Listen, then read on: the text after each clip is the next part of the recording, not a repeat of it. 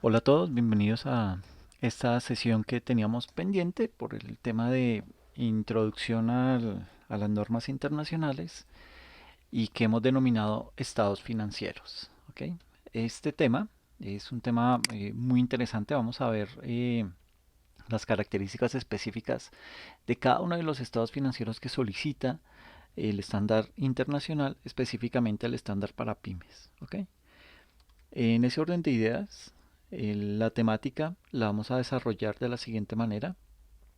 Vamos a abordar en primera instancia lo que es el estado de situación financiera. Vamos a ver también lo que es el estado de resultado integral, el estado de cambios en el patrimonio, el estado de flujo de efectivos y las notas a los estados financieros. ¿Ok? En cada uno de estos pues trataremos de ahondar en sus aspectos más importantes. Y en algunos pues les voy a compartir algunos videos que considero pueden ampliarle información frente a cada uno de esos estados financieros que estemos viendo de manera puntual. ¿Ok? Es una temática muy interesante, es una temática que es bien relevante para el desarrollo de nuestro proceso de formación como contadores. ¿Ok? Bien. Eh, En principio, pues digamos que podemos decir que los estados financieros son documentos, voy a encender esto, que los estados financieros son documentos clave para conocer la situación financiera de una empresa, es decir, es el primer instrumento al cual se remite una persona que quiera conocer o quiera ver el diagnóstico financiero de la organización. ¿Ok? Ese es la primera herramienta a la cual pues se va a remitir esa persona con el ánimo de poder determinar cuál es su estado financiero, cuál es qué tan bueno o qué tan malo está la situación financiera en una organización. Y eso se hace por medio de los estados financieros. ¿Ok? En segunda instancia, mmm, si los estados financieros no están elaborados correctamente, se pueden tomar decisiones económicas inadecuadas, además de inducir al error en la determinación de impuestos. Es decir, el, el hecho de cometer errores al momento de elaborar un estado financiero pues, puede derivar en este tipo de situaciones. En principio, el riesgo latente y el riesgo alto que hay es el de tomar decisiones inadecuadas. ¿Y por qué se dice que tomar decisiones inadecuadas? Porque básicamente la gerencia para poder tomar ese tipo de decisiones pues se remite a los estados financieros y si de pronto le tenemos una información equívoca en alguno de estos estados financieros pues posiblemente ese gerente va a tomar una decisión con base en eso, posiblemente opte por no salir a endeudarse porque le estamos mostrando una información en donde la solidez es bastante buena y es una información errada. Entonces, esto va a hacer que tardíamente tenga que ir a acudir a un préstamo, digamos que tenga que salir a buscar un préstamo con una entidad financiera cuando si se hubiera hecho con tiempo y la información hubiese estado correcta, de pronto él hubiera podido acudir más bien a la junta de socios en donde hubiera podido obtener un préstamo más económico que el hecho de salir a una entidad financiera y endeudarse. ¿Ok? Eh, y para el pago de impuestos, pues todavía aún más crítico el tema. ¿Por qué? Porque si se liquida unos impuestos con base en una información financiera errada, pues el riesgo de sanciones pues va a ser muchísimo peor. El impacto que puede llegar a tener esto al interior de la organización puede ser complicado y pues digamos que son situaciones que se pueden prever en la medida en que los estados financieros se elaboren de la manera correcta. ¿Listo?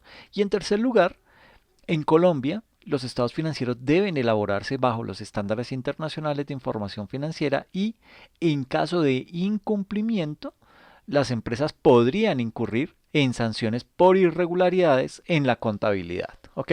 Entonces, digamos que hay que tener mucha precaución frente a la elaboración de los estados financieros porque, como se pueden dar cuenta, son la columna vertebral de la información de la información financiera en una organización. ¿Por qué es la columna vertebral? Porque con base en esa información es que se pueden llegar a tomar decisiones que puedan afectar el rumbo de la organización. Entonces, pues, digamos que es delicado el tema y por eso hay que darle toda la relevancia frente a este tipo de situaciones. ¿Ok? Ahora bien, digamos que ahí existen también unas sanciones por irregularidades cuando se elaboran los estados financieros.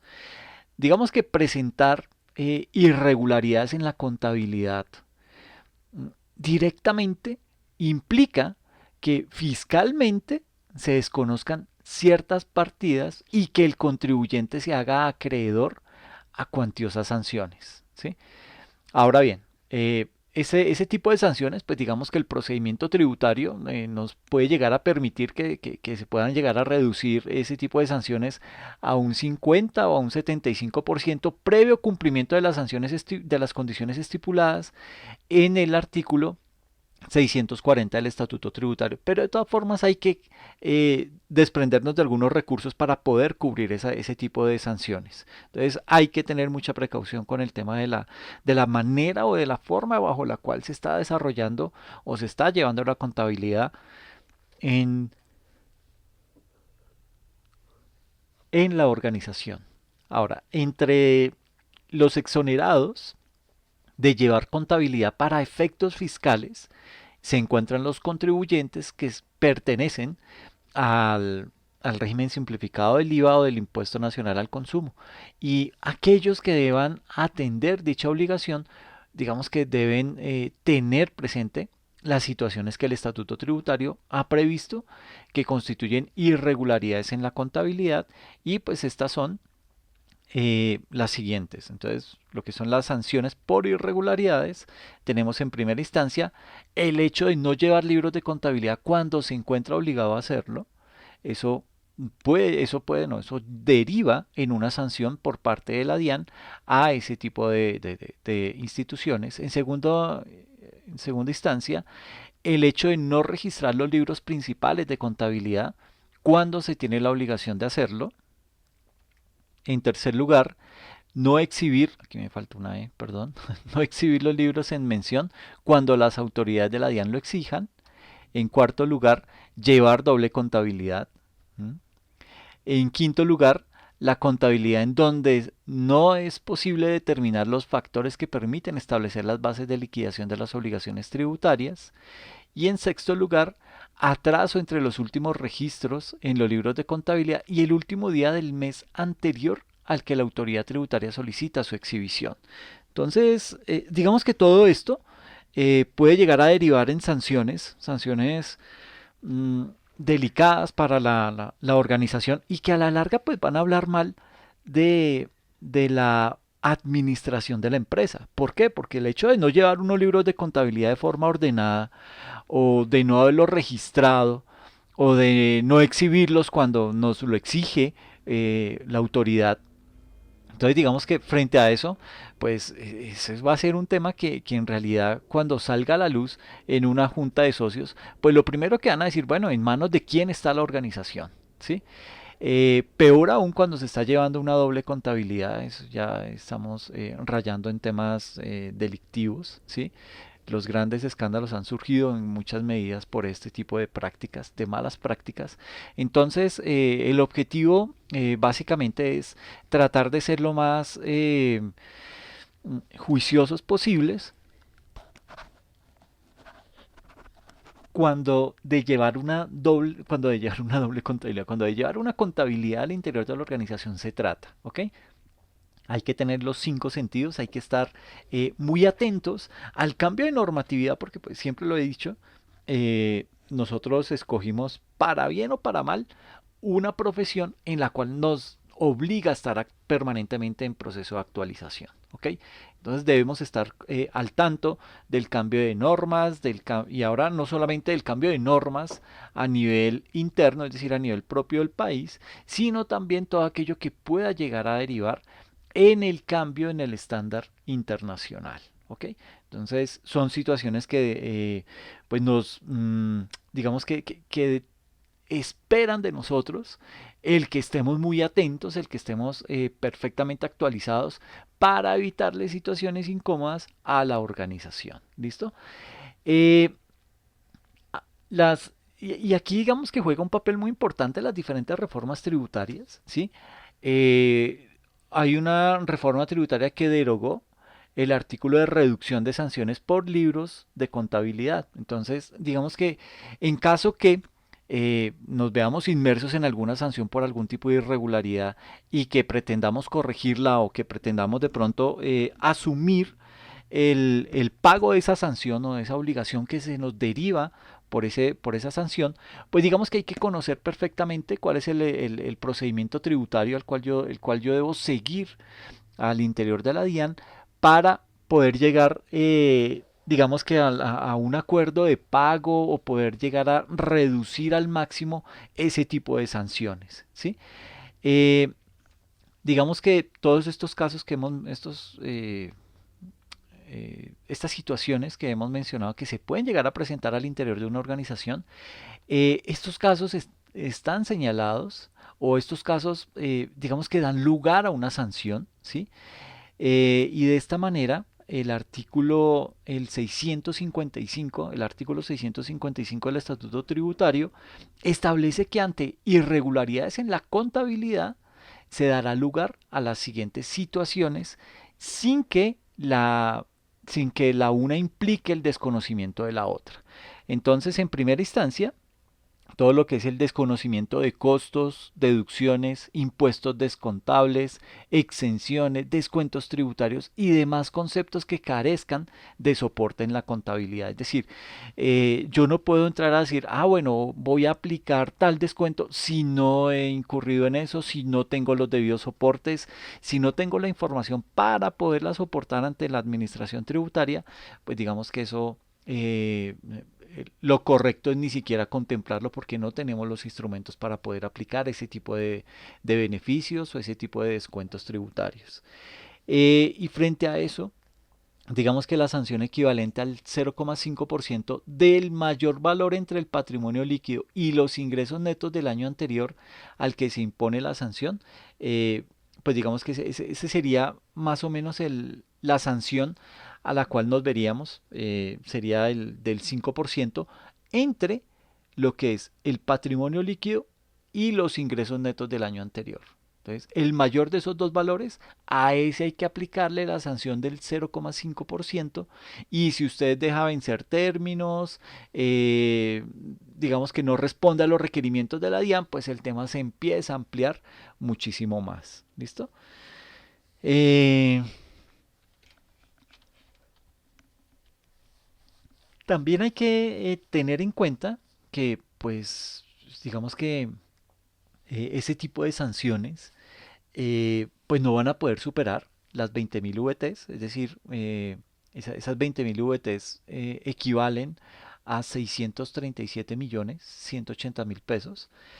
Eh, digamos que esas, bueno, que esas sanciones no superen esas 20.000 VTs.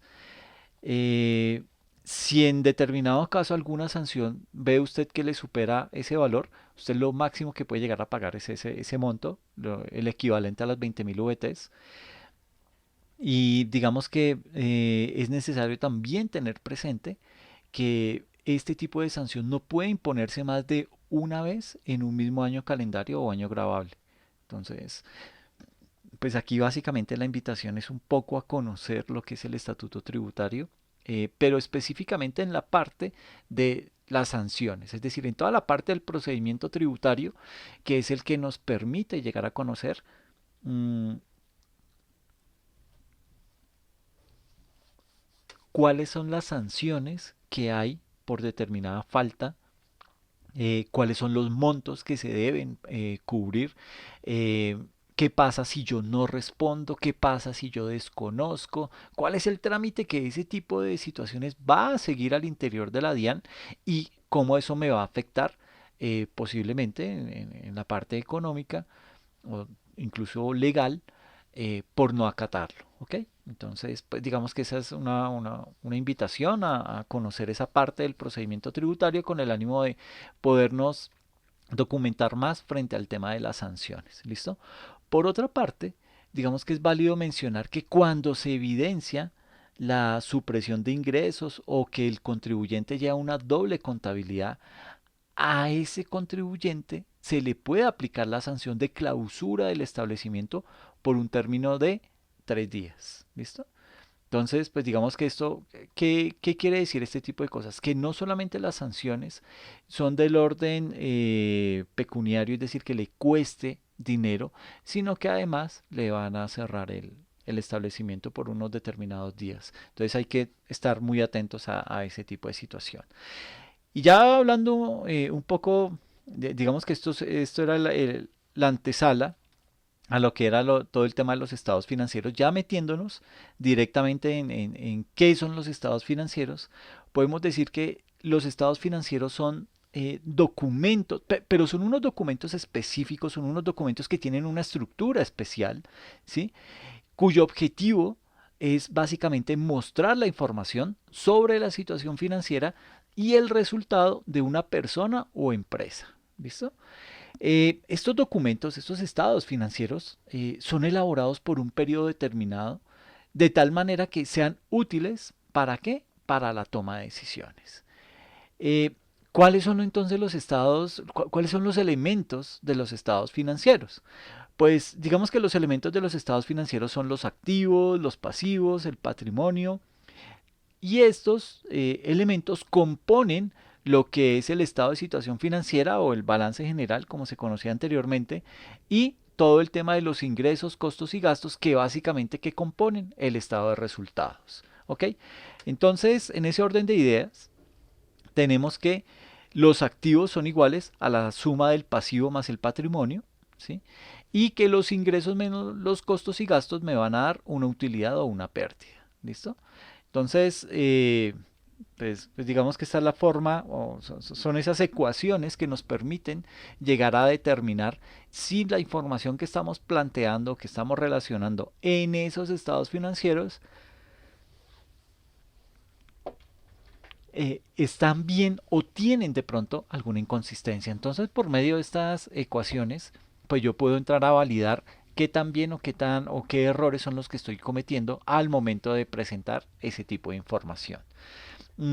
Hay que tener en cuenta que el estándar para pymes establece lo que es un juego completo de estados financieros. ¿Sí? Y en ese aspecto, digamos que las secciones 3 a la 8 de la NIF para pymes permiten tres combinaciones diferentes para su elaboración. Y digamos que esas combinaciones son las que vamos a ver. Pero digamos que antes de meternos directamente en ese tipo en esas tres combinaciones diferentes que hay para presentar estados financieros, esos estados financieros deben ir acompañados de las notas a los estados financieros como una parte integral de los estados financieros. ¿Listo? Entonces, ¿cuáles son los estados financieros básicos? Pues digamos que los estados financieros básicos o los estados financieros bajo el estándar internacional para las pymes son, en principio, el estado de situación financiera, en segunda instancia, el estado de resultado integral. Ahí pues también se pueden presentar por separado un estado de resultados y un estado de resultado integral o el famoso ORI, el estado de cambios en el patrimonio, el estado de flujos de efectivo y obviamente las notas a los estados financieros. Esas notas a los estados financieros, ¿qué características deben tener? Pues básicamente deben incluir un resumen de lo que son las políticas contables más relevantes o más significativas que impactan la contabilidad y cualquier otra información explicativa de variaciones en las cuentas. ¿Ok? Entonces, esos juegos de estados financieros pueden presentarse bajo cualquiera de las siguientes tres posibles combinaciones. Entonces, tenemos en primera instancia los juegos completos de estados financieros. Básicamente son opciones para pymes. Entonces, la opción uno es presentar 5 informes. Y esos 5 informes lo componen el estado de situación financiera, el estado de resultado separado, el estado de otro resultado integral, el ORI, el estado de cambios en el patrimonio y el último, el estado de flujos de efectivo. Eso es la opción 1. La opción 2 nos indica que se pueden presentar 4 informes. ¿Cuáles serían? El estado de situación financiera, el estado de otro resultado integral, incluidas las partidas del resultado y del ORI, el tercero, el estado de cambios en el patrimonio y el cuarto, el estado de flujos de efectivo. ¿Listo? Y la opción número 3 me permite elaborar 3 estados financieros. El primero de ellos sería el estado de situación financiera, el segundo el estado de flujos de efectivo y el tercero el estado de resultados y ganancias. ¿Ok? Y aquí hay una anotación que nos explica lo siguiente. En el estado de resultados y ganancias acumuladas, solo se puede presentar cuando los únicos cambios en el patrimonio durante los periodos en los que se presentan los estados financieros surgen del resultado, eh, pago de dividendos, corrección de errores en los periodos anteriores y cambios en las políticas contables. Entonces, esto como para tenerlo presente, para conocer cuáles son los estados financieros obligatorios que se deben presentar y usted puede seleccionar alguna de estas 3 opciones siempre y cuando sea una pyme. ¿Listo? Entonces vamos a empezar por analizar lo que es el primer estado financiero. El primer estado es el estado de situación financiera, que era lo que se conocía anteriormente como el balance general. Digamos que el estado de situación financiera presenta lo que son las partidas tanto del activo como del pasivo y del patrimonio. Ahora, la sección cuarta del estándar para pymes brinda 2 opciones para la presentación del estado de situación financiera. La primera consiste en clasificar las partidas entre corrientes y no corrientes. Y la segunda, ordenarlas de acuerdo con su grado de liquidez. Entonces, digamos que una empresa pues puede optar por alguna de esas 2 opciones para presentar su estado de situación financiera. ¿Listo?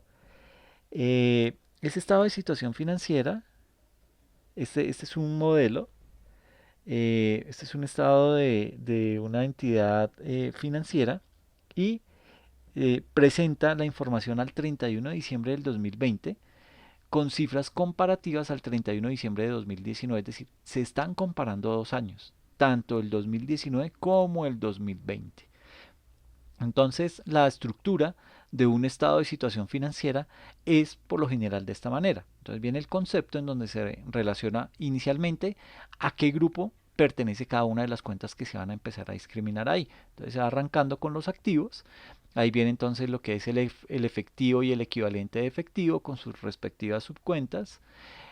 Activos financieros de inversión, inversiones negociables, etcétera, cada una con sus subcuentas. Y lo importante acá es poder mostrar una información que pues básicamente es un resumen de la contabilidad, ¿sí?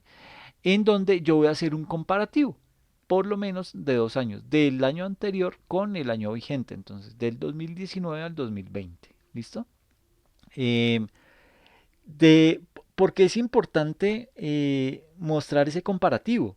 Porque básicamente esto a simple vista me va a permitir a mí, como lector de un estado financiero, cuál era la foto de la empresa el año inmediatamente anterior y cuál es la foto actual. Y eso me va a permitir entender si la empresa va bien, va mal, por qué disminuyó, qué pasó este periodo, etcétera, etcétera. ¿Listo? Entonces, digamos que desde el efectivo y equivalentes del efectivo de esta entidad financiera, en el año 2019 terminó con 5.640 millones de pesos y en el 2020 terminó con 6.229 millones de pesos. Entonces tuvo un crecimiento.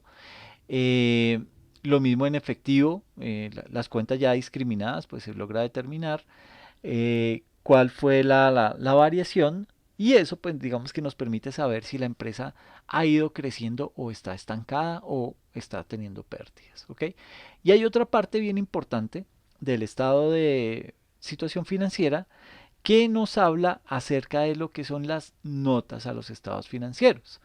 ¿Qué hace ese número acá, en esta columna? Pues básicamente lo que me indica es cuál es la nota, cuál es el número de esa nota del estado financiero en donde yo voy a encontrar información discriminada referente a esta cuenta de efectivo y equivalentes del efectivo. ¿Ok? Entonces, pues digamos que es una información bastante buena, una información que en un primer documento me permite a mí, como un lector de esos estados financieros, poder entender cuál es la situación real de la organización en estos momentos. ¿Ok? Bueno, en estos momentos no, a final del año pasado con el año anterior. ¿Listo? Y de pronto digamos que muchos de ustedes dirán, pero bueno, ¿qué sentido tiene analizar una información que ya pasó? ¿Sí? O sea, ya no tengo cómo corregir esto. Esto simplemente pues lo que me va a hacer es, ok, no vaya a cometer estos errores en el siguiente año, pero ya hecho, lo hecho, hecho está. Entonces a veces uno interpreta y digamos que se ha tratado en algunos momentos de eh, hacer un comparativo entre lo que es los estados financieros y básicamente un acta de defunción que emiten las entidades legales en cada uno de nuestros países.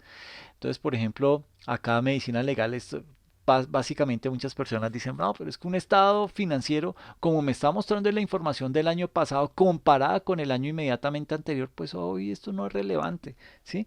Imagínense lo que pasó en el 2020 debido a la pandemia, pues digamos que no teníamos cómo actuar, no teníamos cómo, ni siquiera podíamos salir, estuvimos enclaustrados 4 o 5 meses, y esto pues digamos que son situaciones que tienen un impacto, pero que básicamente estamos entrando a analizar datos históricos, cifras históricas, ¿sí?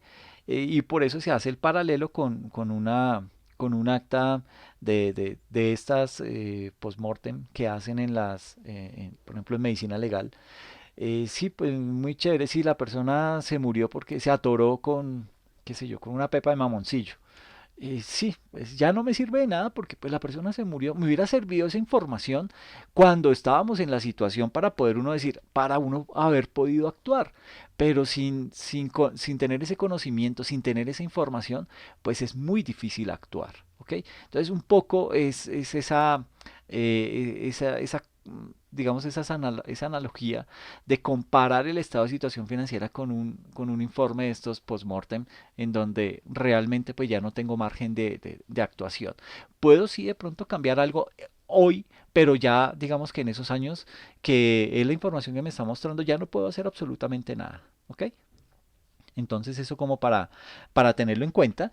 Eso desde el punto de vista, así se presenta un estado de situación financiera.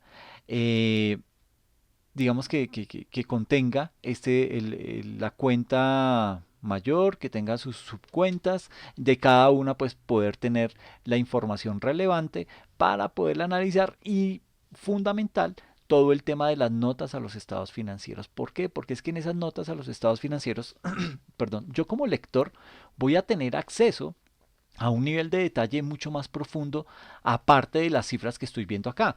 Para mí, yo podría hacer en principio una lectura en donde me indique, instrumentos financieros derivados y operaciones de contado.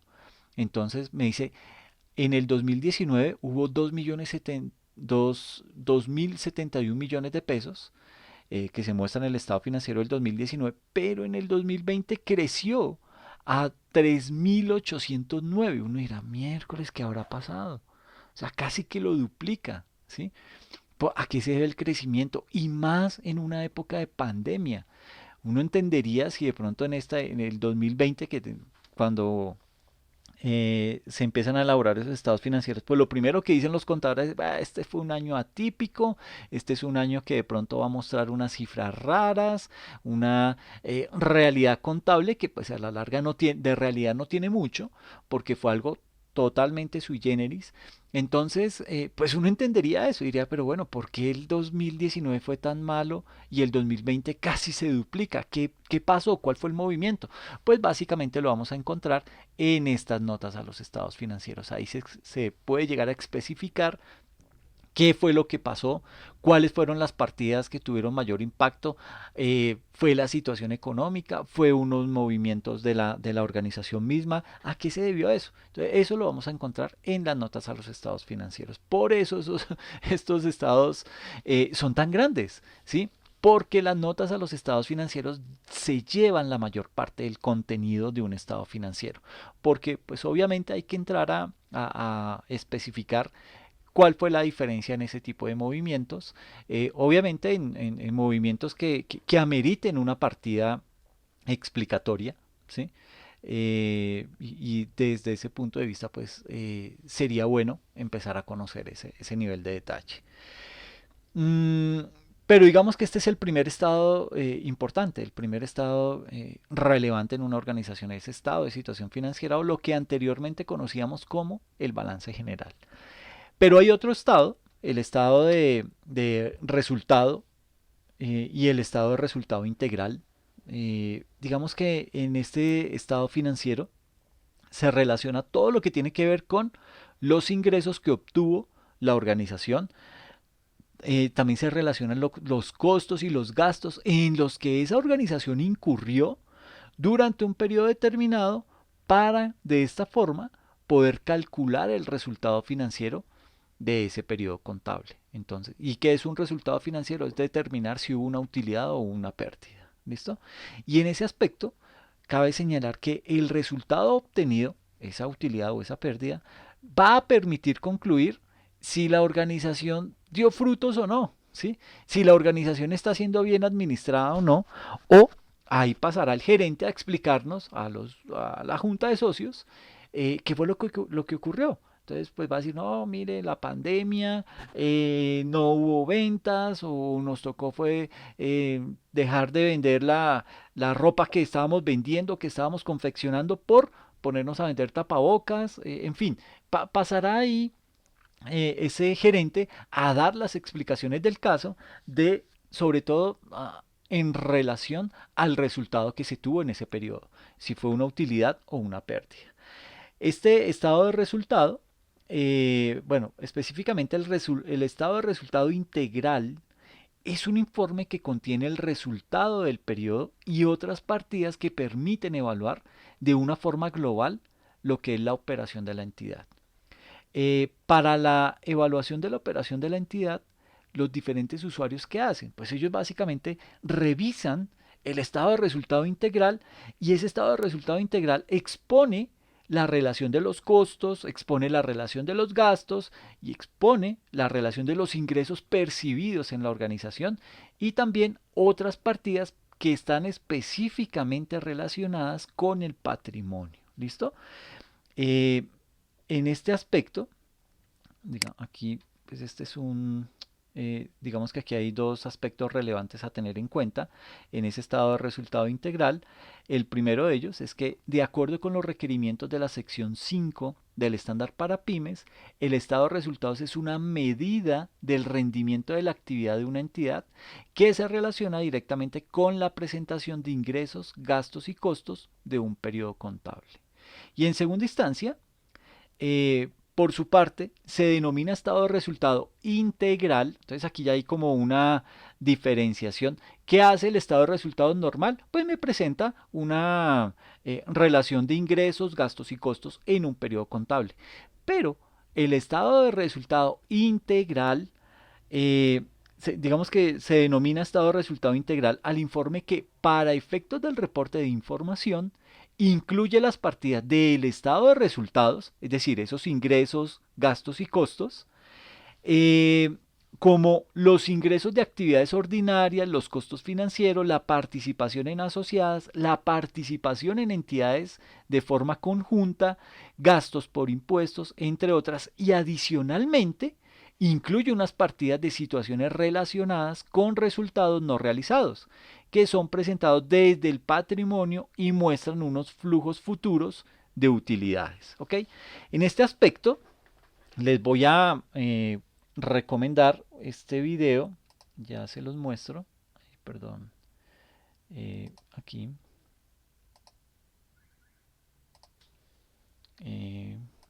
Este video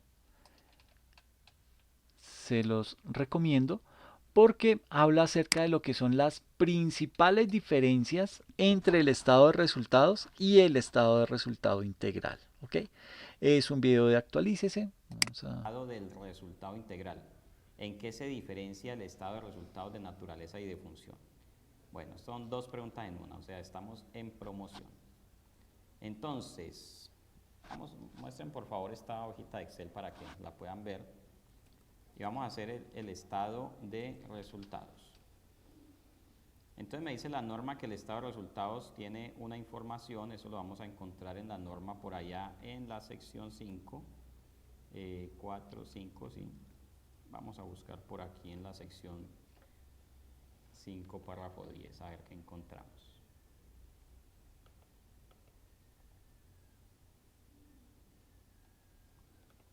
Perfecto. Antecitos de esto.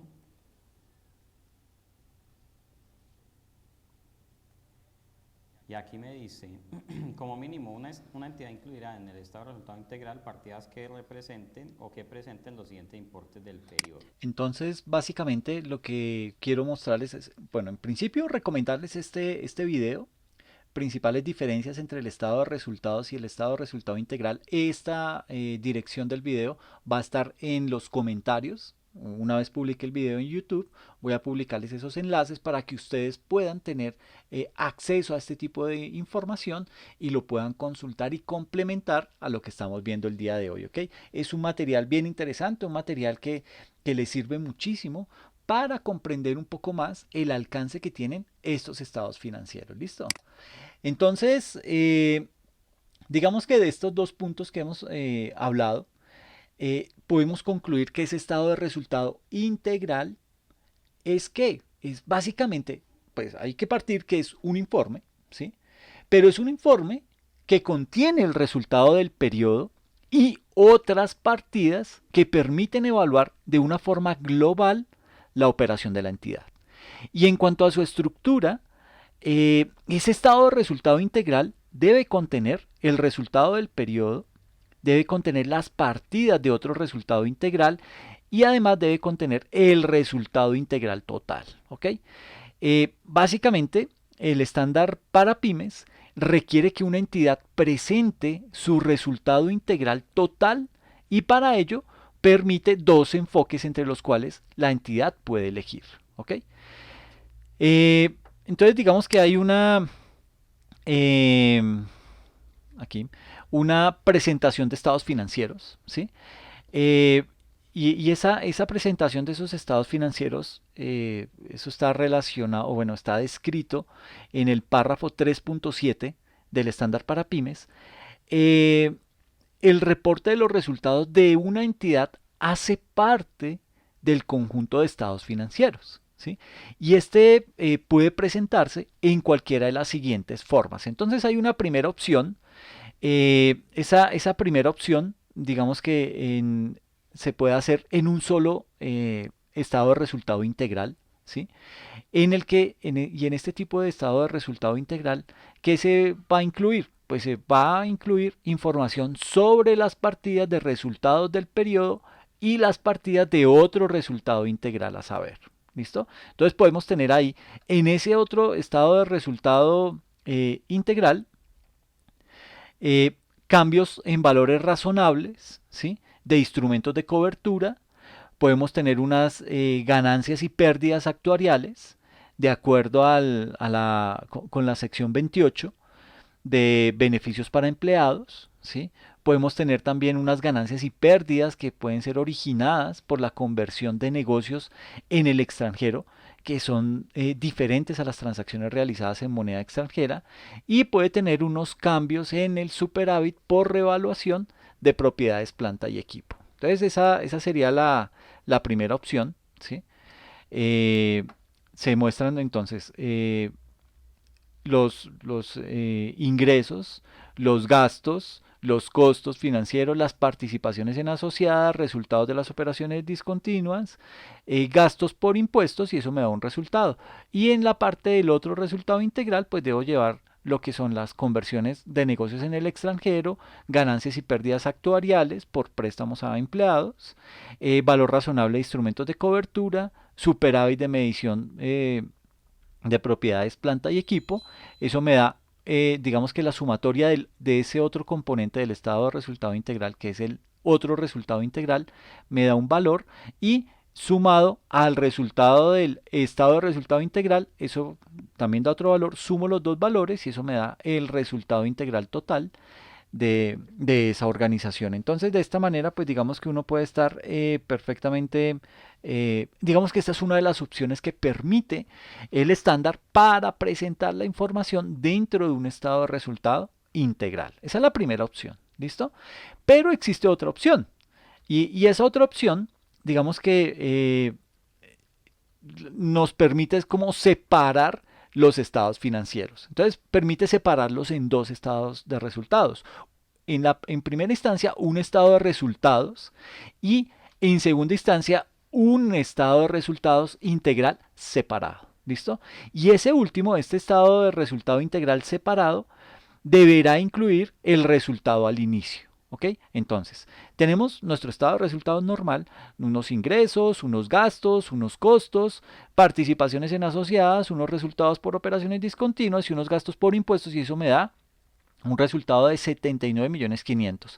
Y en otro estado voy a presentar el otro estado de resultado integral y arranco mostrando el resultado del estado de resultados, arranco mostrando estos 79.500.000 y a ese le empiezo a determinar cuáles son las partidas que conforman ese otro resultado integral. Y ahí vemos la conversión de negocios en el extranjero, ganancias y pérdidas actuariales, el valor razonable en instrumentos de cobertura, el superávit en medición de propiedades, planta y equipo. Esto me da solamente el otro resultado integral, me suma 55 millones, que sumado a los 79.500.000 me da 134.500.000. ¿Ok?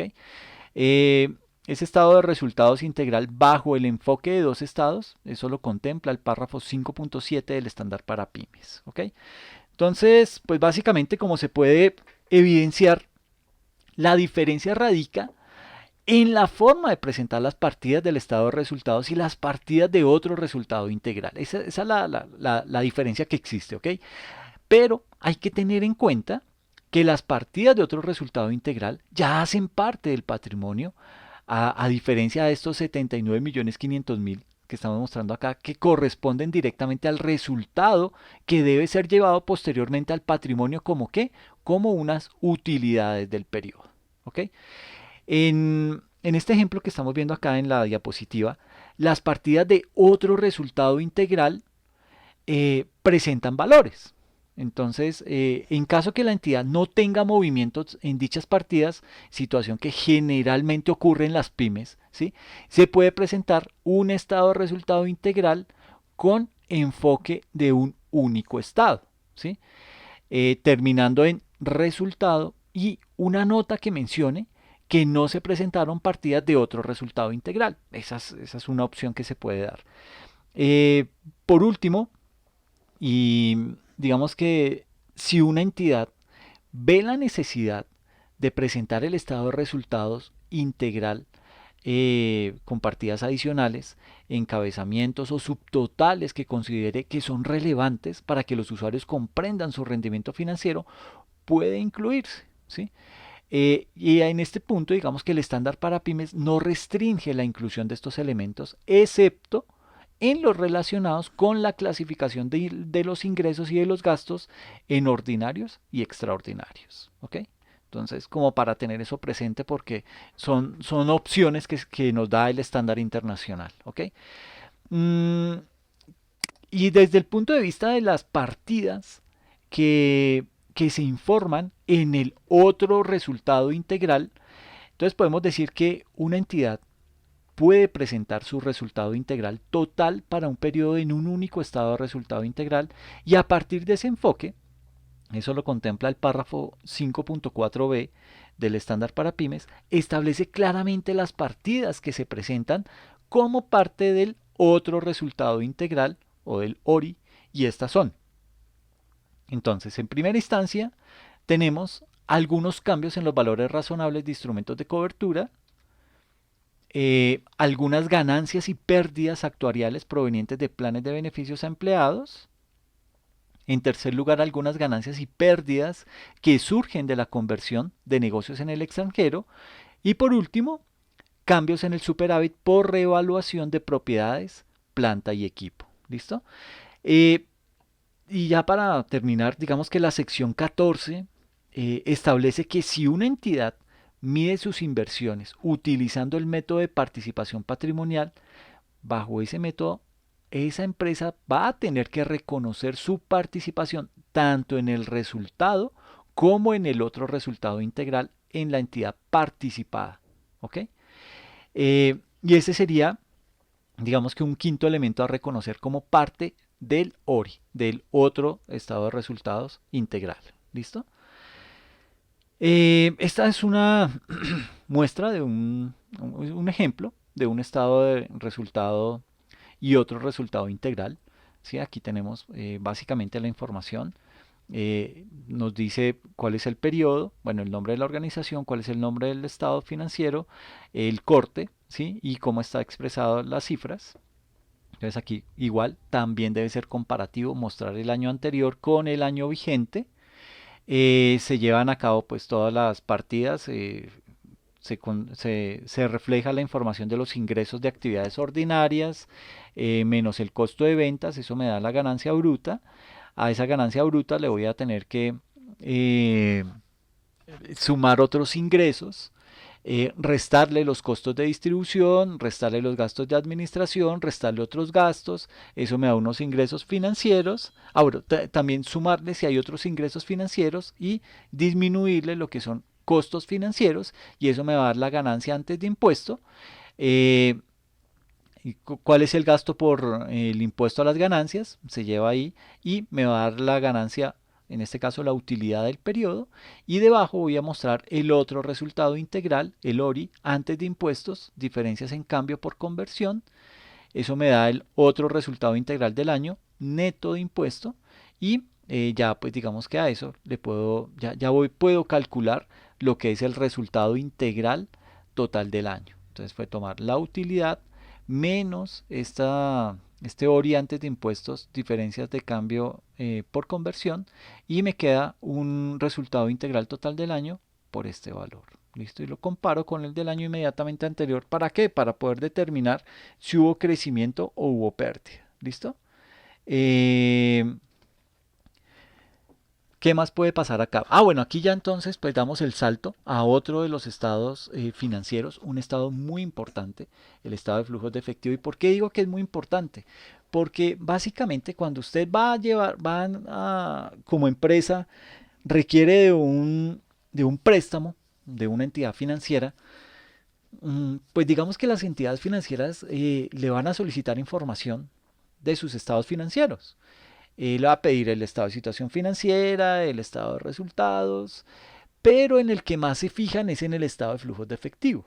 ¿Ok? Entonces, pues digamos que tiene una relevancia muy importante porque muestra una radiografía de la organización en tiempo real, pero también mostrando cuál es el impacto de sus diferentes actividades al interior de la misma. ¿Ok?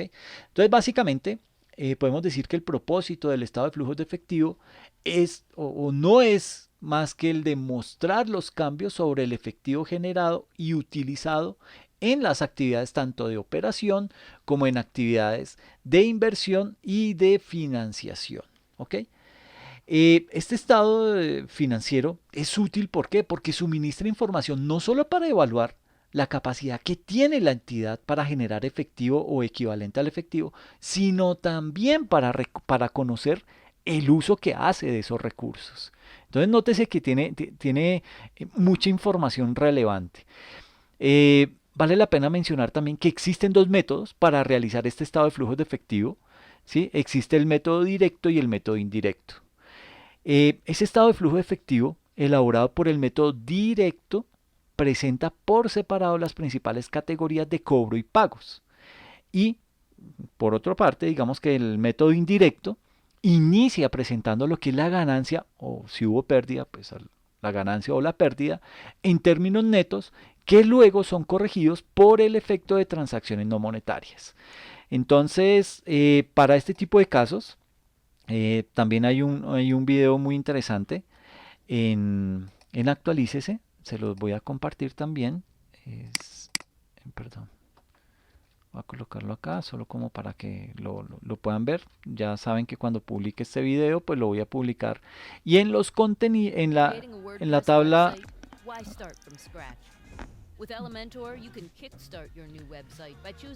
Entonces, básicamente en la descripción del video voy a colocar la URL de este tipo de videos. ¿Listo?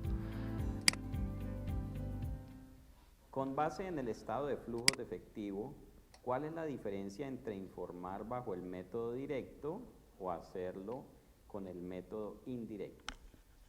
Bueno, es un tema de presentación. Voy a mostrarles un momentico en Entonces, Excel. si se dan cuenta, son videos cortos, pero con ejemplos que les puede dar una idea mucho más clara de lo que significa o cuál es la importancia de este tipo de estados financieros. Acá hay otro video, también se los voy a compartir.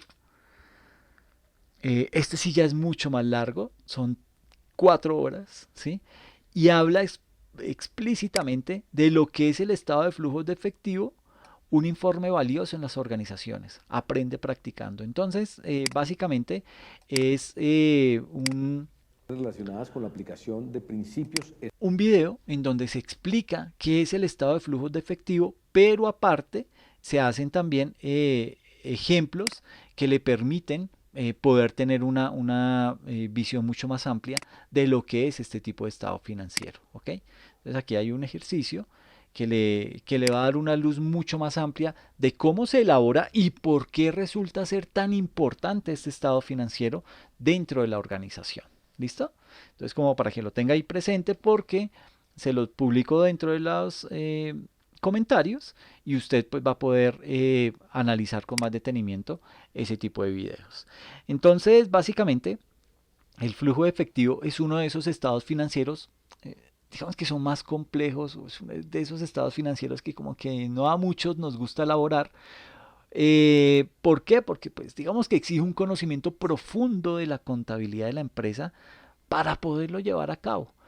Y y digamos que debido a ese nivel de conocimiento que hay que tener al interior de la organización, no solamente de su modelo de negocio, sino de la contabilidad misma, pues digamos que se convierte en una herramienta elemental para el análisis financiero de esa organización. Según el Consejo Técnico de la Contaduría Pública, se entiende que el flujo efectivo es un estado financiero básico que muestra básicamente el efectivo generado y utilizado en las actividades de operación, actividades de inversión y de financiación. ¿Okay? Y para el efecto, debe determinarse el cambio en las diferentes partidas del estado de situación financiera que inciden en el efectivo. ¿Okay? Básicamente el objetivo de este estado de flujos de efectivo es el de poder determinar la capacidad de la empresa. ¿Para qué? Para generar efectivo. ¿Sí? Con el cual, con ese efectivo, con el cual se pueda o con el cual pueda cumplir con sus obligaciones y con sus proyectos de inversión y expansión. Por otra parte, el flujo de efectivo permite hacer un estudio o bueno, un análisis de cada una de las partidas con incidencia en la generación de efectivo, datos que pueden, digamos, ser de una gran utilidad para la organización, sobre todo para el diseño de políticas y de estrategias que estén encaminadas o que vayan orientadas a realizar una utilización de los recursos de la empresa de una forma mucho más eficiente. ¿Listo? En este punto, digamos que es bien importante que la empresa tenga claridad sobre su capacidad para generar efectivo, tenga claridad de cómo se genera ese efectivo, ¿sí? eh, para sí mismo poderse proyectar y tomar unas decisiones acordes con su verdadera capacidad de liquidez. Por regla general, se considera digamos que se considera que efectivo, eh, digamos que, ¿cómo lo expreso? Espera a ver. Eh, digamos que se considera efectivo los valores que son contabilizados en el grupo 11 del plan de cuentas comercial. Entonces ahí digamos que vamos a encontrar cuentas como caja, bancos, ¿qué otra cuenta? Bueno, ahorita que me acuerdo, remesas en tránsito, cuentas de ahorro, fondos, etcétera. Por lo que los saldos de estas cuentas deben coincidir con el resultado arrojado por el estado de flujos de efectivo. Entonces digamos que es como un mecanismo de validación para poder corroborar si ese estado me quedó bien elaborado o no. ¿Listo? Y de esa definición del Consejo Técnico de la Contaduría Pública se observan tres elementos muy importantes que conforman ese estado de flujo de efectivo.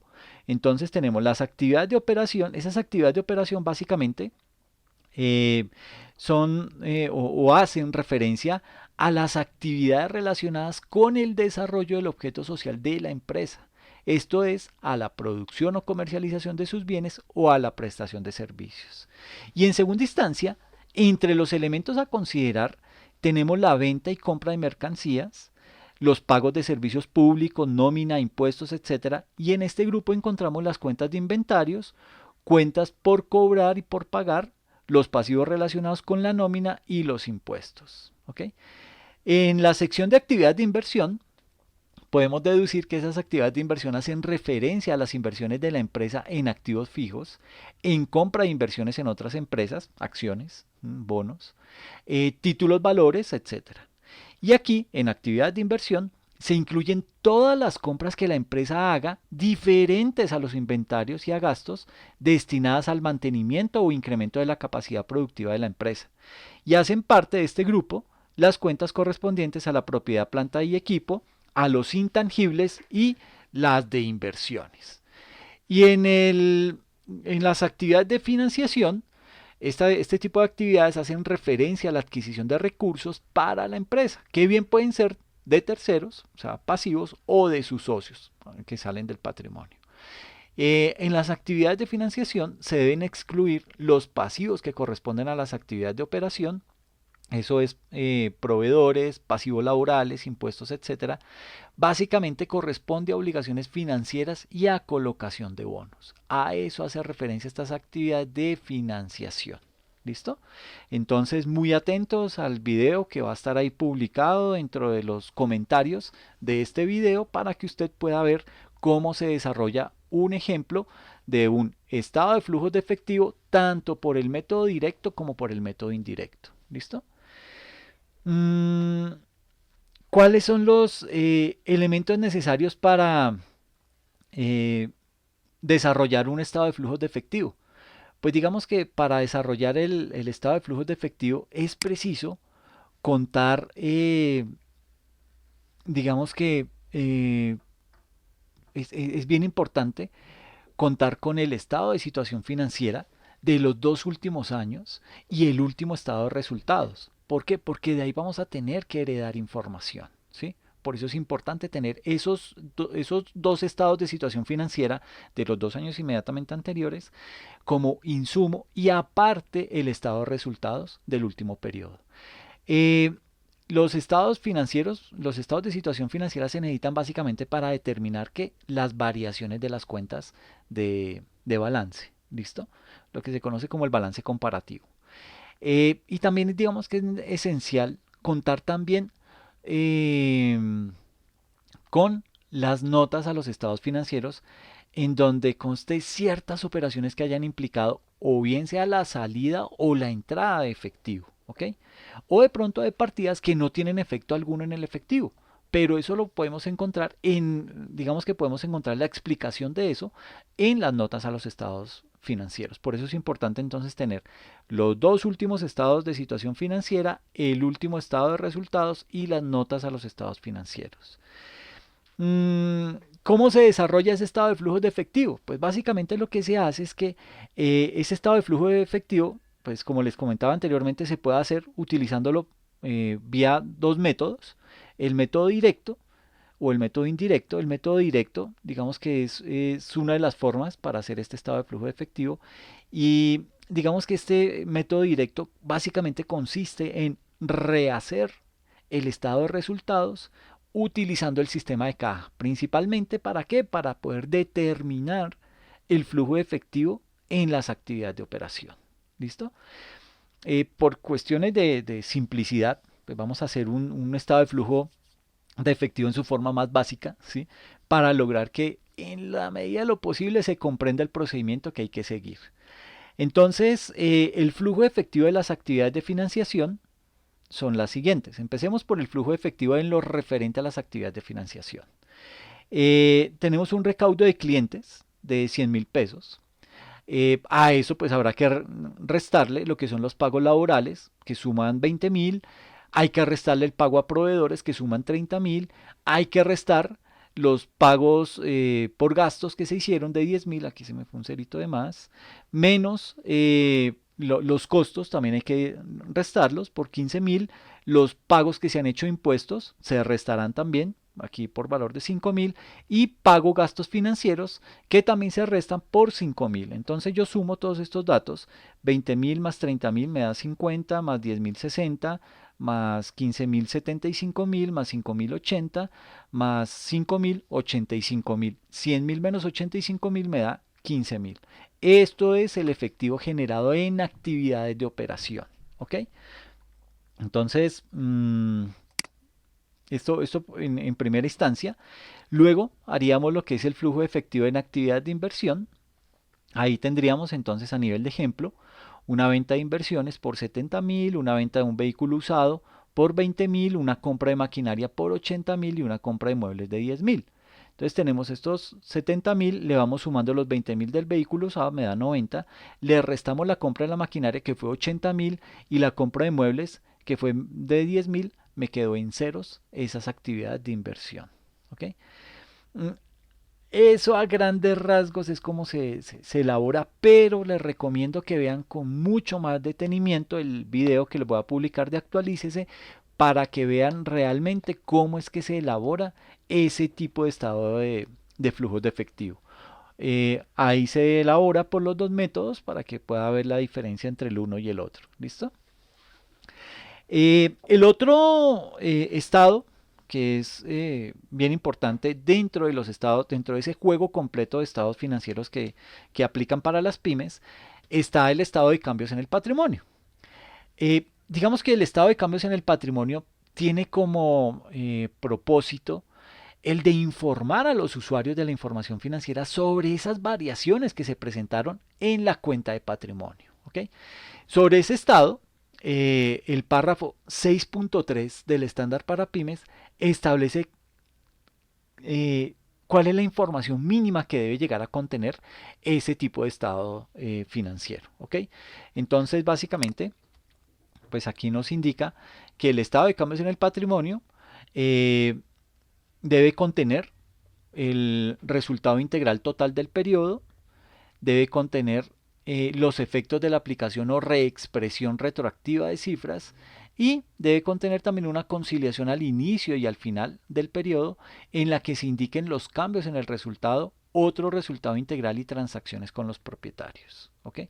Entonces, aquí pues también hay un videito que les voy a compartir en donde van a poder documentarse con un nivel de detalle más profundo frente a lo que es ese estado financiero.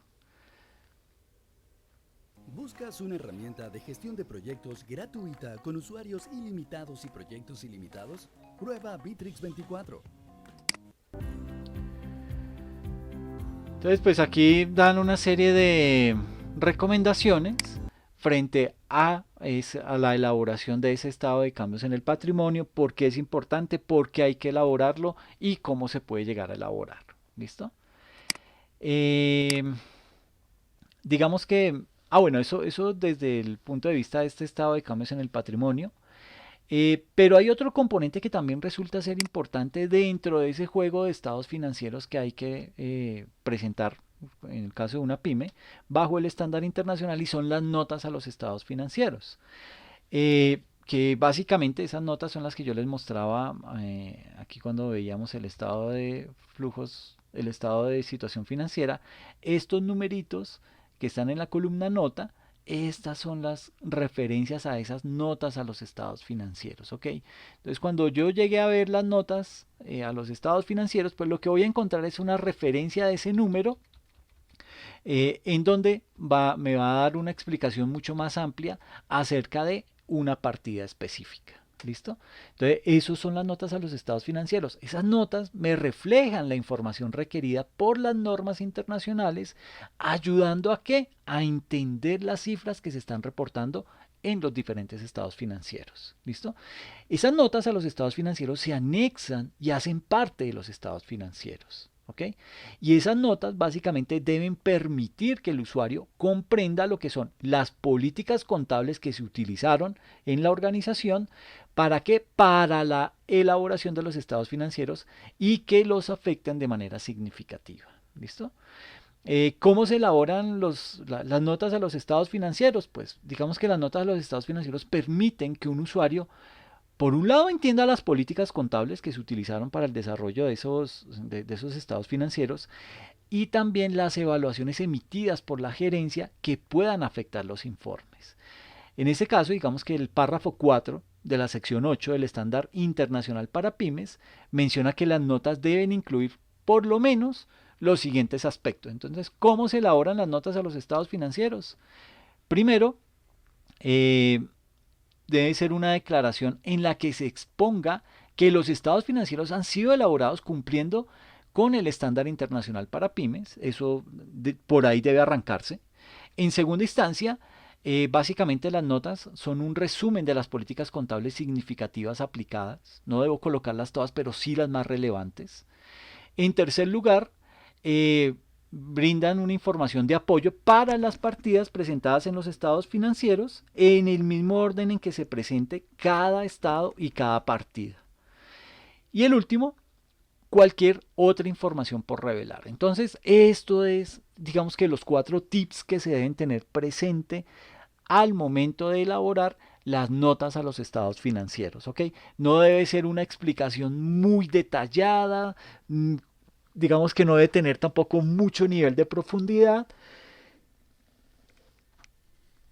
pero sí se debe propender porque esas notas a los estados financieros contengan un nivel de información que le permita a un lector de esos estados financieros pues tener una información mucho más profunda, ¿ok? Entonces, ¿cómo se elaboran los estados financieros? Digamos que los estados financieros son básicamente el producto o ese resultado de un proceso contable que consiste en los siguientes pasos. Entonces, básicamente, estos son los pasos que indica el estándar internacional. Eh, digamos que esos estados financieros se elaboran con base en un reconocimiento de cuentas, ¿sí? Se hace también una medición inicial y una medición posterior. Cuando yo tengo que registrar alguna transacción, pues debo primero hacer el reconocimiento, es decir, identificar si es una cuenta del activo, del pasivo, del patrimonio, de ingresos, de gastos, ¿sí?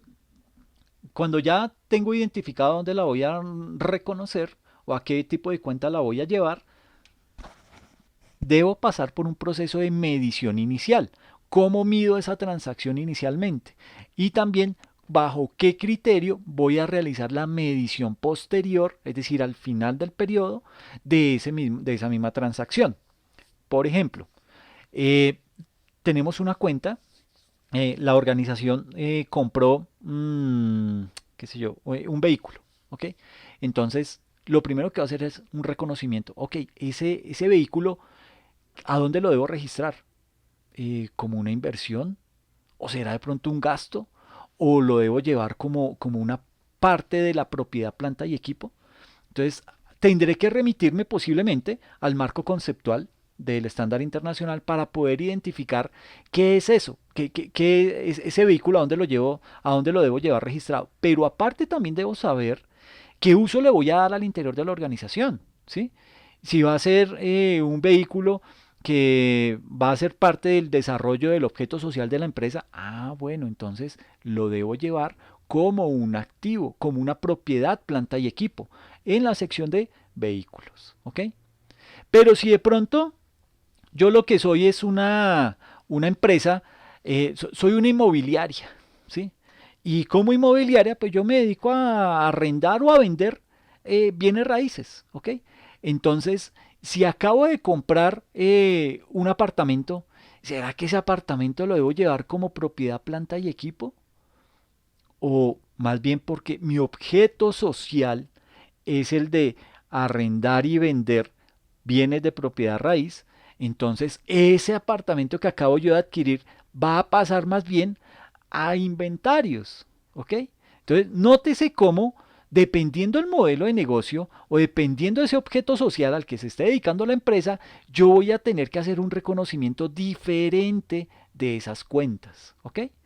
Entonces, no es lo mismo comprar un bien inmueble en una inmobiliaria que comprar un bien inmueble en una empresa industrial, en una empresa manufacturera, en una empresa comercial. ¿Por qué? Porque tengo que mirar qué uso es el que se le va a dar. ¿Ok? Y de igual manera, pues hago una medición inicial.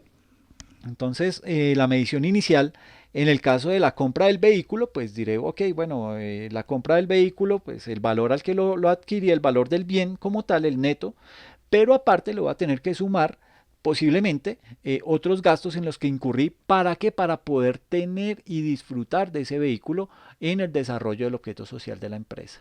Y de igual manera, tengo que hacer una medición posterior para poder determinar cómo voy a calcular cuál es el precio de ese vehículo en ese momento de tiempo cuando está haciendo el cierre contable.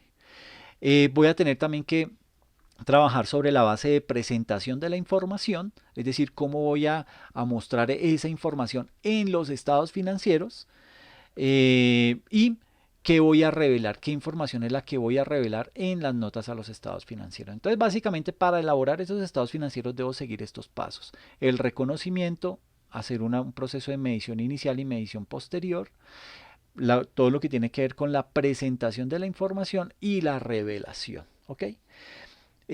Digamos que el reconocimiento me identifica si el hecho económico corresponde a un movimiento de activo, de pasivo, de ingreso, de gasto, etcétera, ¿sí? La medición, que se divide en medición inicial y en medición posterior, se determina en ese punto específico, en la medición se determina el valor por el cual va a ser reconocido ese hecho económico en el momento que se incorpora a la contabilidad de esa transacción. Esa es la primera medición, la medición inicial. ¿Ok? O cuando se va a presentar información, que ahí es cuando yo hago la medición posterior. ¿Ok? Cuando estoy haciendo ese cierre contable, calculo cuál es el valor de ese activo en ese momento de tiempo para poderlo reflejar en los estados financieros. Desde el punto de vista de la presentación, aquí se ponen los estados financieros en conocimiento de todos los terceros interesados en la información contable. Y desde el punto de vista de la revelación, pues consiste en informar el origen de todos los hechos económicos. Eso es básicamente lo que hay que tener en cuenta cuando se van a elaborar los estados financieros. Entre los datos a revelar, también se incluye información que, aunque no haya sido incorporada en los estados financieros, puede ser una información que se considera que es muy importante para la toma de decisiones. Entonces yo la puedo revelar en ese momento. ¿Listo? Los estados financieros, digamos que básicamente son el resultado del anterior proceso y para emitirlos deben pasar por un adecuado cierre contable. Entonces, surge aquí una pregunta, ¿sí? ¿Será que hay una estructura para elaborar los estados financieros bajo estándares internacionales? Entonces, pues digamos que esa es una preguntita que les dejo ahí en el aire para, para que la puedan responder, ¿ok? Y entonces aquí entramos a un punto que es bien importante y es, como acabamos de mencionar, para poder elaborar los estados financieros yo debo hacer un cierre. Entonces, ¿qué es eso de un cierre? ¿Qué es un cierre contable? Pues digamos que el cierre contable es una actividad que se hace casi que de forma anual, ¿sí? Y básicamente consiste en determinar el resultado, es decir, si hubo utilidad o pérdida en una compañía, pero en un periodo específico. Y para eso se revisan todos los ingresos, todos los costos, todos los gastos de la compañía. ¿Con qué objetivo? para poder verificar su correcta contabilización. Entonces, básicamente la utilidad o la pérdida se determina al restar los costos y gastos de los ingresos obtenidos dentro del mismo periodo contable. ¿Ok? Entonces tenemos unos ingresos a los cuales le resto unos costos y gastos y eso me va a dar la utilidad o pérdida contable. Y es importante revisar las cuentas de los activos y pasivos, pues en caso de una corrección o nuevas contabilizaciones se puede generar un gasto o un ingreso que afecta el resultado. Entonces, frente a este tema, también hay aquí un videito que les voy a compartir. Ya se los muestro.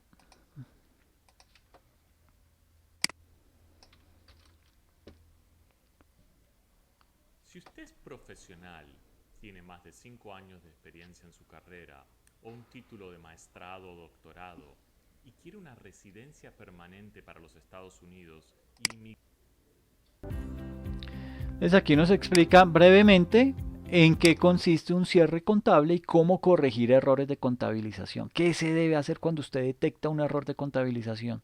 ¿Ok? Entonces es bien importante que lo pueda ver para que tenga una noción un poco más acertada frente a lo que es un cierre contable. ¿Ok? Eh, ¿Cuáles son los pasos para un cierre contable exitoso? Digamos que para poder elaborar un buen cierre contable es preciso realizar, entre otras cosas, las siguientes actividades. Entonces, lo primero que habrá que hacer es comprobar el saldo del efectivo, ¿sí?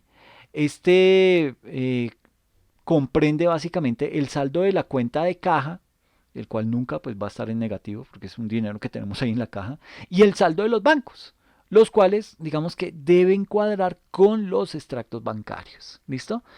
En segunda instancia, debo verificar que las cuentas pendientes de cobro correspondan a cuentas que se puedan recuperar y enviar a la provisión las que son de dudoso recaudo. ¿Listo? Entonces ya como que voy depurando mis cuentas, ¿no? En tercer lugar, ¿qué debo hacer? Revisar el inventario físico y contabilizar ¿qué? Las diferencias que surjan. ¿Listo? En cuarto lugar, yo debo verificar las cuentas pendientes de pago y en caso de encontrar diferencias, pues digamos que poderlas contabilizar. Y luego debo revisar que las cuentas estén debidamente registradas. ¿Y para qué eso? Para poder corregir los errores que encuentre en el proceso de cierre contable. Eh, digamos que esta información, aquí también la tenemos en este checklist, en donde aparece que hay que realizar una declaración de cumplimiento del estándar para pymes, el cual es el punto de partida para evaluar el informe. Esto hace parte del cierre contable. Presentar información comparativa de todos los datos, cifras y eventos que se mencionan en los estados financieros, incluyendo las revelaciones. Elaborar el conjunto completo de estados financieros, para lo cual se permiten 3 opciones. Incluir la moneda de presentación, grado de redondeo de las cifras, nombre de la entidad, fecha de cierre y periodo cubierto por los estados financieros, declarar si los estados financieros son consolidados o de una entidad individual. Si esto se omite, se entenderá que son de entidades individuales. Realizar la presentación de activos y pasivos corrientes y no corrientes. En caso de no presentarlos así, se deberá explicar el por qué. Realizar la agrupación y segregación de partidas de acuerdo con su naturaleza. Eso lo explica el párrafo 4.2 del estándar para pymes. Y elaborar las notas a los estados financieros que permitan completar la información cuantitativa incluida en los informes. Entonces, digamos que al elaborar el cierre contable es preciso hacer múltiples conciliaciones. ¿Por qué? Porque puede haber diferencias, por ejemplo, entre nuestros registros contables y los registros en bancos, ¿ok? O entre las bases contables y las bases fiscales o de impuestos. Entonces, para eso es importante realizar ese cierre contable. Y dentro de las conciliaciones surge lo que es la famosa conciliación fiscal, que es un reporte obligatorio para las personas que deben llevar contabilidad. Entonces, después de este cierre contable, viene lo que es la conciliación fiscal. Básicamente, digamos que la conciliación fiscal es un sistema de control obligatorio para las personas tanto naturales como jurídicas, pero con unas características específicas, es decir, personas naturales que deban declarar renta, ¿sí? y consiste en la elaboración de un formato que, ¿qué es lo que hace? Pues ahí en ese formato se registran lo que son las diferencias resultantes de la aplicación de los marcos normativos, tanto contables como tributarios que están dentro del estatuto tributario. Entonces, podemos decir que esa conciliación fiscal se elabora en un formato establecido por la DIAN, que para las personas jurídicas y las personas naturales no residentes es el formato 2516, el cual deberá ser presentado de manera virtual si cumplen con los siguientes requisitos. ¿Cuáles son esos requisitos? El primero, ser responsables del impuesto sobre la renta y complementarios, y esto aplica para personas naturales o jurídicas. En segundo lugar, estar obligados a llevar contabilidad, es decir, una persona natural que no tenga que llevar contabilidad no tiene por qué hacer un ejercicio de conciliación fiscal o por lo menos presentarlo ante la DIAN, porque pues sí va a haber que hacer un ejercicio de conciliación fiscal para poder determinar qué gastos sí puedo deducir y qué gastos no. Pero bueno, eso no tiene que presentarlo como tal. En tercer aspecto, tener unos ingresos brutos fiscales iguales o superiores a 45.000 VTs, es decir, que tanto personas naturales o jurídicas que están obligadas a llevar contabilidad, pero que adicional tengan unos ingresos brutos iguales o superiores a 45.000 VTs. ¿Listo? Y en cuarto lugar, quienes voluntariamente decidan llevarla, o sea, quienes no, de pronto, eh, son personas naturales o jurídicas que deben presentar renta, pero de pronto no están obligados a llevar contabilidad o de pronto están obligados a llevar contabilidad, pero no tienen esos ingresos brutos, sino tienen unos ingresos menores a 45.000 VT, pues ellos lo pueden hacer, ¿sí? Ellos pueden voluntariamente realizar esta conciliación fiscal y que presenten declaración de renta y complementarios, pero mediante el formulario 110. ¿Listo? Entonces, una persona natural como tal que presenta en un formulario 210, pues ella no tendría que hacer ese tipo de, bueno, no tendría que presentar la conciliación fiscal. ¿Listo? Digamos que las normas que regulan la elaboración y la presentación del formato 2516, que es el que deben realizar las personas que naturales o jurídicas que están obligadas a llevar contabilidad, eh, solamente, digamos que las normas que regulan la elaboración y presentación de ese formato 2516 solamente establecen la aplicación de sanciones cuando no se elabore o no se ha presentado el formato de conciliación fiscal.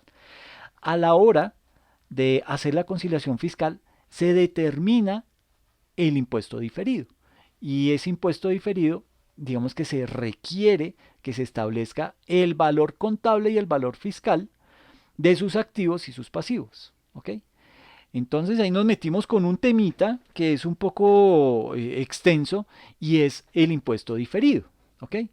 ¿Qué es ese impuesto diferido? Pues digamos que el impuesto diferido es un impuesto a cargo o a favor de la entidad atribuible a la utilidad del periodo y se origina en las diferencias entre lo que es la información contable y la información fiscal. ¿Ok? Una vez establecidos esos valores, se calcula la diferencia y al aplicarle la tarifa correspondiente se da lugar al impuesto diferido.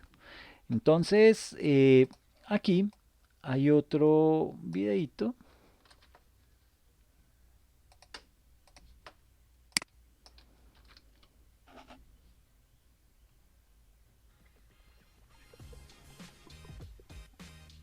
Elementor Pro templates are a great. Entonces aquí también pues nos hace énfasis, ay me equivoqué, este es estados financieros, situación real y desempeño de la empresa. Bueno, aquí también se habla acerca de lo que son los impuestos diferidos, pero tengo otro video que es un poco más extenso que explica con detalle lo que son los impuestos diferidos, que también se los voy a compartir, ¿listo? Entonces, volviendo a nuestra presentación, en este gráfico podemos observar algunas de las diferencias originadas al comparar que el valor contable y al comparar el valor fiscal de activos y pasivos. Entonces, digamos que en primera instancia, la medición del costo de adquisición para efectos contables y fiscales, por ejemplo, por el tratamiento de descuentos y financiación implícita, pues eso me va a derivar en un tema de impuesto diferido. La depreciación del activo es distinta para efectos contables y fiscales debido a la utilización de diferentes vidas útiles o valores residuales. también va a derivar en esto. La incorporación de provisiones por desmantelamiento en el valor contable que no tienen efectos fiscales. Y por último, algunos activos sin valor fiscal pueden mantenerse en los estados financieros por haberse tratado como deducciones en las declaraciones de renta en el momento de su adquisición. Entonces, digamos que bajo este panorama, el cálculo del impuesto diferido es obligatorio, ¿sí? En caso de que lo haya liquidado equivocadamente, hay que corregirlo. Uno lo puede presentar corregido, ¿ok? Entonces, este es el otro video que les voy a publicar. Ya lo encontré acá, permítame. Con este video usted va a poder profundizar en lo que es el tema del impuesto diferido. Entonces, aquí nos da un ejemplo pequeño pero práctico de lo que es el impuesto diferido. Y más abajo ustedes encuentran también aquí otro videito, pasos y recomendaciones para calcular el impuesto diferido, ¿sí? Y hay mucha más información. Vamos a abrir este otro para ver. Son 13 minutos de presentación. Suscríbete a nuestro canal y activa la campana de notificaciones.